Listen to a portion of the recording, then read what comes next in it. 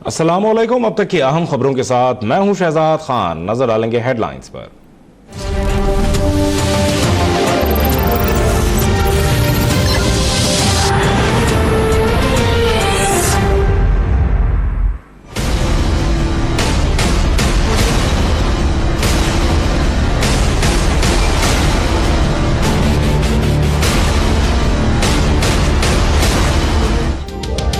मुल्क का 14वां मुंतखब वजीर आजम कौन बनेगा, कौमी असम्बली कल फैसला करेगी। इमरान खान और शहबाज शरीफ के कागजात मंजूर कर लिए गए। पीपल्स पार्टी का शहबाज शरीफ को वोट देने से इनकार। जमात इस्लामी का वजीर आजम के इंतखाबी अमल से दूर रहने का ऐलान।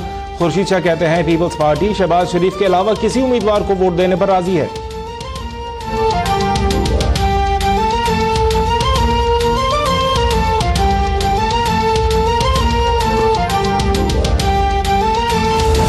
Murad Ali Shah Sahab MPA, who has secured the votes of majority of total membership of the Assembly as the Chief Minister of Province of Sindh.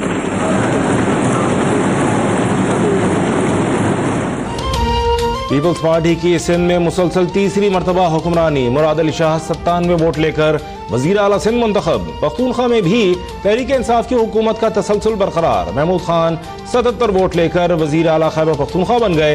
Peoples party Sindh के अवाम के एतमाद पर पूरा उतरेगी। आसिफ जरदारी की मुराद अली शाह को वजीर आला मुंतखब होने पर मुबारकबाद।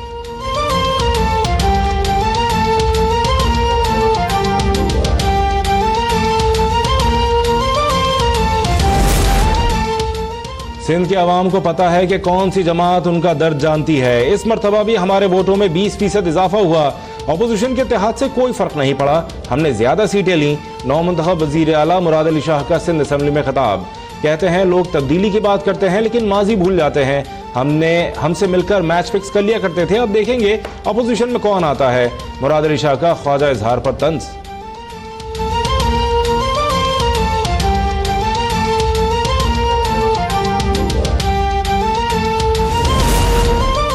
वजीर आला सिंध ने माजी की हुकूमत में कोई वादा पूरा नहीं किया। PTI के खुर्रम शेर जमान कहते हैं सिंध में भुट्टो के जियालों के पास पीने का पानी नहीं। हलीम आदिल शेख बोले अब नया सिंध भी बनना है। तब्दीली के बादल दरियाए सिंध के साथ आ रहे हैं। नुसरत सहर अब्बासी बोली पुरानी बातों को भूल कर आगे बढ़ना चाहिए, तनकीद बराए इस्लाह करेंगे। MQM के कुंवर नवीद कहते हैं मुल्क का सबसे बड़ा शहर आज भी पानी समेत दीगर मसाइल का शिकार है। हजारों नौजवान बेरोजगार हैं।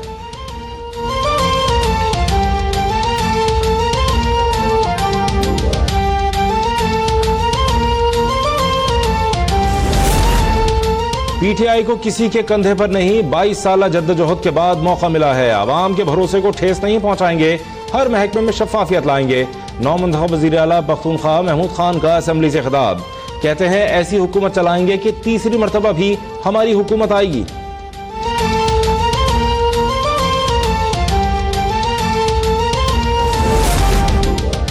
नून लीग को एक और बड़ी शिकस्त। पंजाब असम्बली में स्पीकरशिप की जंग तहरीक इंसाफ और काफ लीग ने जीत ली। चौधरी परवेज इलाही 201 वोट लेकर स्पीकर पंजाब असम्बली मुंतखब। अपोजिशन के शोर शराबे में हल्फ भी उठा लिया। वोटिंग के दौरान वोट दिखाने पर भी नून लीग की शदीद हंगामा आई।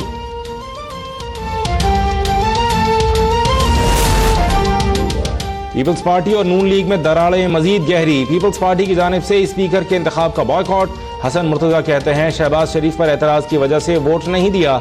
शहबाज शरीफ जरदारी का पेट फाड़ते और सिंध की सड़कों पर घसीटने की बातें करते थे। जब कोई हमारी क़यादत की दीवारें गिराएगा तो साथ नहीं खड़े होंगे। रुकन असम्बली ने PTI को MQM पार्ट 2 करार दे दिया।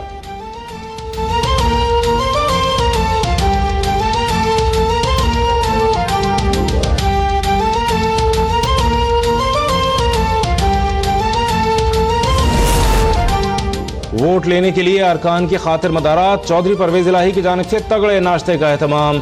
लस्सी, हलवा पूरी, बकरे के पाए, नान चने समेत देसी खानों से अरकान की तवाज़ो। स्पीकर और डिप्टी स्पीकर के इंतखाब के दौरान अरकान को ताज़ा दम रखने के लिए कड़क चाय भी पिलाई गई।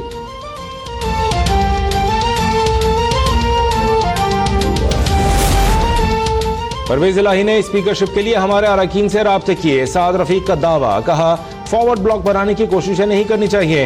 तहरीक इंसाफ की आने वाली हुकूमत को हॉर्स ट्रेडिंग का नतीजा करार दे दिया। बोले आसिफ जरदारी की मजबूरी समझते हैं, इमरान खान को झूठा आदमी कह दिया। कप्तान को वजीर आजम बनने से पहले प्रोटोकॉल मिलने पर भी कड़ी तनकीद।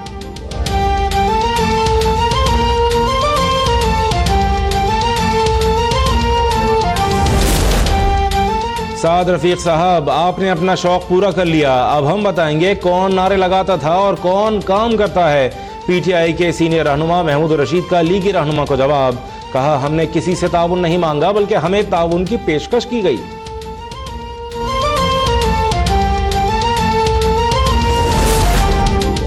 बलूचिस्तान असेंबली के स्पीकर और डिप्टी स्पीकर के इंतखाब के लिए इजलास कुछ देर बाद शुरू होगा। बलूचिस्तान अवामी पार्टी और इत्तेहादी जमातों की जानिब से स्पीकर के लिए अब्दुल कुद्दूस बजिंजो और डिप्टी स्पीकर के लिए पीटीआई रुकन असेंबली उमर खान जमाली उम्मीदवार हैं।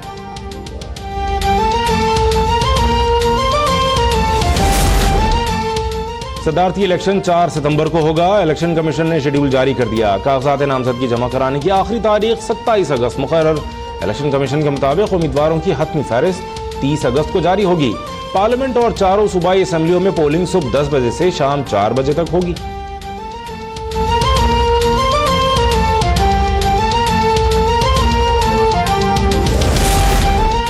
पीपल्स पार्टी ने सदारती इंतखाब के हवाले से सियासी जमातों से राबते शुरू कर दिए। वजीर आजम के इंतखाब के लिए भी हम ख्याल जमातों से मुशावरत का सिलसिला जारी।